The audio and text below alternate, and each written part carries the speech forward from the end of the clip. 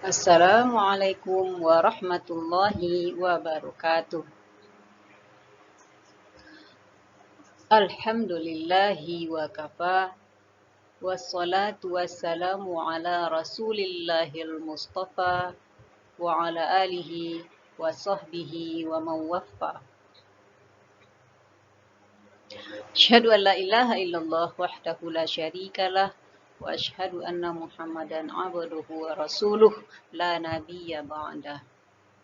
Bersyukur kita kepada Allah dengan mengucapkan Alhamdulillah dan bersalawat serta salam kepada Rasulullah dengan mengucapkan Allahumma salli ala Sayyidina Muhammad.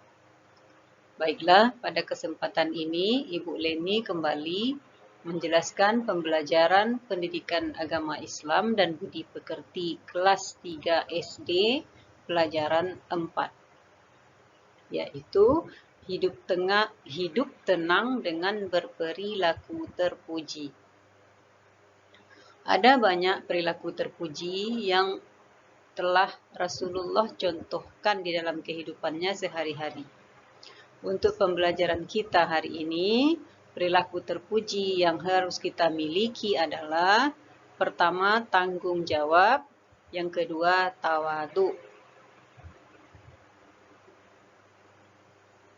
Pada gambar ini, Bu Leni memilih anak-anak bisa memperhatikan gambar tanggung jawab itu dipikul berat sekali. Terkadang orang lain tidak membantu, malah mengetawakannya. Kadang-kadang manusia memang tidak merasa peduli dengan apa yang orang lain rasakan. Hal ini hendaknya kita hindarkan dari perilaku seperti ini. Kemudian tawadhu. Tawadhu itu digambarkan bagaikan padi. Padi itu bila dia sudah berbuah, awal-awalnya dia belum berisi, maka dia akan tumbuh tegak menjulang ke langit. Tapi begitu dia mulai berisi, semakin berisi dia, semakin merunduk dia ke bumi. Nah, gambaran orang yang memiliki sifat tawadhu adalah bagaikan padi yang berisi. Nah, mari kita lihat pengertian tanggung jawab. Tanggung jawab artinya adalah bersungguh-sungguh dalam melakukan sesuatu dan bersedia menerima akibat dari perbuatannya tersebut, baik itu buruk ataupun baik. Maka dari itu, untuk memiliki perilaku tanggung jawab, terlebih dahulu hendaknya kita memiliki pemahaman tentang perbuatan baik dan buruk. Dari mana kita mengetahuinya? Rasulullah telah banyak mencontohkan dalam kehidupannya sehari-hari. Untuk kita contoh dan kita teladani. Kemudian pengertian tawadhu. Apa pula artinya tawadhu itu? Tawadhu artinya rendah hati atau tidak sombong. Rendah hati tak sama dengan rendah diri. Ya. Kalau rendah hati itu tawadhu. Artinya dia tidak memuji-muji dirinya atau dia tidak menganggap dirinya itu lebih baik daripada orang lain. Kalau rendah diri itu dia tidak percaya diri. Artinya apa? Tawadhu itu artinya adalah rendah hati. Tapi kalau rendah diri itu artinya tidak percaya diri. Ya. Nah, kalau ditanya nanti apa lawan tawadhu? Lawan tawadhu adalah tinggi hati. Ya. Apa lawannya rendah hati? Lawan rendah hati adalah sombong. Ya, sombong.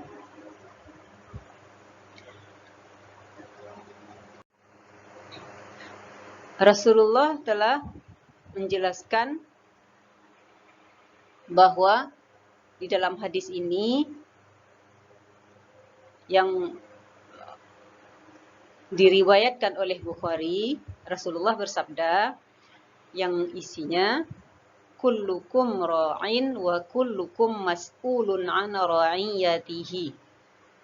Setiap kamu adalah pemimpin dan setiap kamu bertanggung jawab atas apa yang dipimpinnya. Nah, di sini menunjukkan bahwa setiap kita adalah pemimpin dan setiap pemimpin bertanggung jawab. Seorang murid pemimpin bagi dirinya, dia bertanggung jawab akan tugas-tugas yang dia miliki.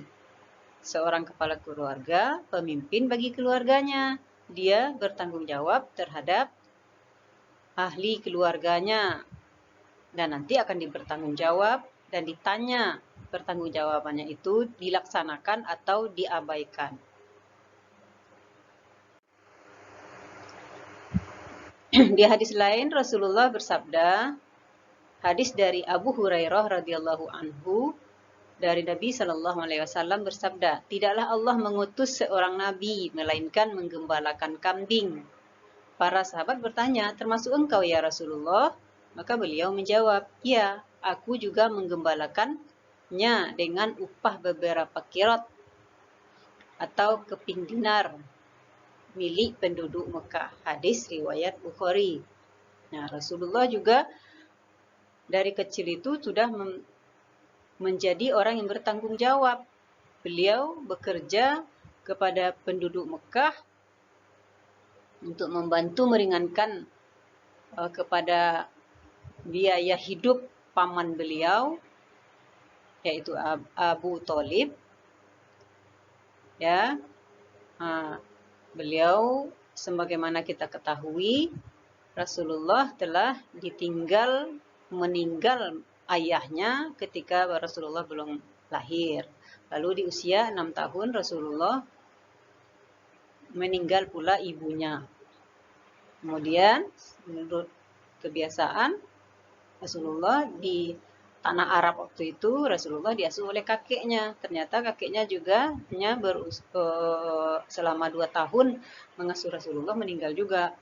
Setelahnya Rasulullah diasuh oleh pamannya yang bernama Abu Thalib, yang memiliki banyak anak, tapi memiliki ekonomi yang kurang mampu. Di sana Rasulullah menunjukkan rasa tanggung jawabnya untuk membantu perekonomian keluarga paman yang mengasuhnya dengan menggembalakan kambing, dengan memperoleh upah dari penduduk Mekah. Nah, begitulah Rasulullah bertanggung jawab, ya, bertanggung jawab dari mulai masih kecil, masih belia. Kandung hadis tersebut adalah bahwa setiap manusia, hadis pertama tadi, adalah pemimpin manusia, adalah pemimpin bagi dirinya. Lalu bila dia sudah berkeluarga, pemimpin bagi keluarganya. Bila dia memiliki jabatan, maka dia menjadi pemimpin bagi bawahannya. Bila dia menjadi seorang camat, dia menjadi pemimpin bagi semua orang yang ada di kecamatan tersebut. Begitu seterusnya. Nah, kemudian kandungan yang lain, pemimpin itu dimintai pertanggungjawabannya. Jadi pemimpin itu bukan hanya bisa melakukan apa yang dia kehendaki tanpa memikirkan akibat dari perbuatannya tadi, karena dia akan dimintai tanggung jawab. Ya, tanggung jawab, semakin tinggi jabatan, maka semakin besar tanggung jawab yang dipikul. Tentu semakin berat pula pertanggungjawaban tersebut harus dilaksanakan. Kemudian manusia itu perbuatannya ditanya dan dipertanggungjawabkan. Dari sini hendaknya kita berpikir secara matang-matang apabila ingin melakukan sesuatu. Contoh-contoh sikap tanggung jawab. Yang pertama, melaksanakan sholat dengan sungguh-sungguh. Ya, Allah telah menciptakan manusia untuk beribadah kepadanya. Jadi tanggung jawab manusia kepada Allah secara pribadi adalah melaksanakan ibadah-ibadah yang sudah diperintahkan oleh Allah. Kemudian belajar sungguh-sungguh, ya, karena semakin waktu berjalan, semakin berat tantangan yang akan kita hadapi, maka tanpa kita mau belajar, maka kita akan terkalahkan oleh keadaan. Nah, sebagaimana saat ini kita berada dalam masa pandemi corona, anak-anak nggak bisa belajar ke sekolah. Artinya anak-anak lebih banyak berada di rumah, kadang-kadang bosan, justru malah banyak bermain. Nah, walaupun demikian, anak-anak yang memiliki sikap tanggung jawab, dia akan tetap belajar dengan sungguh-sungguh sebagai rasa tanggung jawabnya. Lalu yang berikutnya, yang ketiga, membantu pekerjaan orang tua apa yang mampu dilakukan, seperti membersihkan kamar tidur sendiri. Ya, anak-anak ibu hendaknya memperhatikan apa-apa di rumah yang dapat kita lakukan sebagai tanggung jawab meringankan pekerjaan orang tua. Nah, lihatlah tadi Rasulullah berumur 8 tahun, ya, sudah berusaha meringankan ekonomi, bukan lagi membantu meringankan pekerjaan rumah, malah sudah lebih tinggi lagi, yaitu membantu perekonomian keluarga. Nah, untuk anak-anak ibu mungkin tidak usah dulu membantu pekerjaan orang tua, membantu perekonomian orang tua. Nah, tapi cukuplah membantu meringankan pekerjaan-pekerjaan di rumah yang mampu dilakukan. Ya, boleh jadi menyapu rumah dan menyapu halaman, atau mencuci piring misalnya. Ya.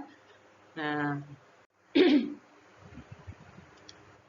ada hadis yang lain dari Qatadah radhiyallahu anhu berkata, Rasulullah bersabda, sesungguhnya Allah mewahyukan kepadaku bersifat tawaduklah hingga seseorang tidak merasa bangga terhadap orang lain dan seseorang tidak berbuat aniaya terhadap orang lain. Hadis riwayat Muslim. Di dalam hadis ini dapat kita ambil beberapa kandungannya, di mana Rasulullah menyampaikan bahwa hendaknya mukmin itu memiliki rasa rendah hati dalam kehidupan sehari-hari dan suka menolong. Seperti di gambar itu ibu memberikan contoh orang yang membantu seorang nenek tua dalam berjalan, ya. Kemudian tidaklah berlebih-lebihan dalam memperlihatkan kelebihan harta kita. Ya, di dalam kehidupan kita, dalam hidup bertetangga, mungkin tidak semua ekonominya itu merata. Nah, bagi yang mungkin memiliki kelebihan harta, hendaknya tidak terlalu berlebihan memperlihatkan kelebihan harta yang dimiliki kepada orang lain, yang kan bisa saja menimbulkan rasa cemburu dan lainnya. Kemudian merendahkan suara kepada orang lain, karena terutama kepada orang tua, hendaknya anak-anak ibu tidak berbicara kepada orang tua dengan sikap yang suara yang keras. Hendaknya suara kita itu lebih rendah dari volume suaranya orang tua. Di dalam hadis lain, Rasulullah berkata, wa ma tawadhu'a ahadun lillahi illa rafa'ahu Allahu. Tidaklah seseorang memiliki sifat tawadhu atau rendah hati karena Allah, melainkan Allah akan meninggikan derajatnya. Hadis riwayat Muslim. Kandungan hadis tersebut dapat kita lihat, yaitu pertama, Allah akan mengangkat derajat orang yang tawadhu. Gambar itu ibu ambil gambarnya Ustadz Abdul Somad, Ustadz yang hari ini sangat banyak digemari oleh orang-orang. Ustadz Abdul Somad itu sangat rendah hati. Bahkan beberapa kali beliau tidak sedikit pun mengambil bagian dari ceramah-ceramah atau upah atau amplop lah istilahnya. Sehingga kemudian Allah mengangkat derajatnya, bahkan dicalonkan dulu jadi wakil presiden, tapi beliau menolak karena perasaan rendah hatinya. Kemudian yang kedua, kandungan hadis ini, orang yang memiliki sikap tawadhu dicintai oleh Allah. Ya, karena tadi dikatakan bahwa kalau kita memiliki sikap tawadhu karena Allah, Allah akan mengangkat derajat kita. Sehingga Allah mencintai orang-orang yang bersifat tawadhu. Kemudian yang ketiga, Allah merendahkan orang yang sombong. Nah, itu gambarnya, Ibu ambil gambar pohon kelapa yang tumbang. Kelapa itu ketika dia tegak berdiri, dia tinggi sekali. Kita nggak bisa ngambilnya. Terutama yang tidak memiliki kemampuan untuk mengambil kelapa. Nah, apabila dia sudah tumbang, itu siapa saja bisa tuh menginjak-injak batangnya.